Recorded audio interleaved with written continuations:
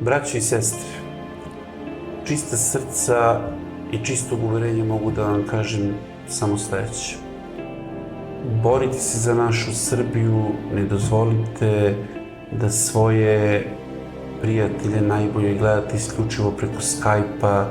da čekate vi koji ste stari, da čekate decu da iz inostranstva odu na more, a ne svrate ovde u neku kuću koju ste možda ko zna kako dobro sredili, nadam se da ne dolaze češće. Izbegavajmo takve tuge, napravimo od Srbije zemlju u kojoj će mladi kao i stariji imati sva prava, pravo na slobodu govora, pravo na informisanje, pravo na rad, pravo na zaradu, da kažem, da zemlju s koje se neće odlaziti, već u kojoj će se ostati, a to će biti suverena,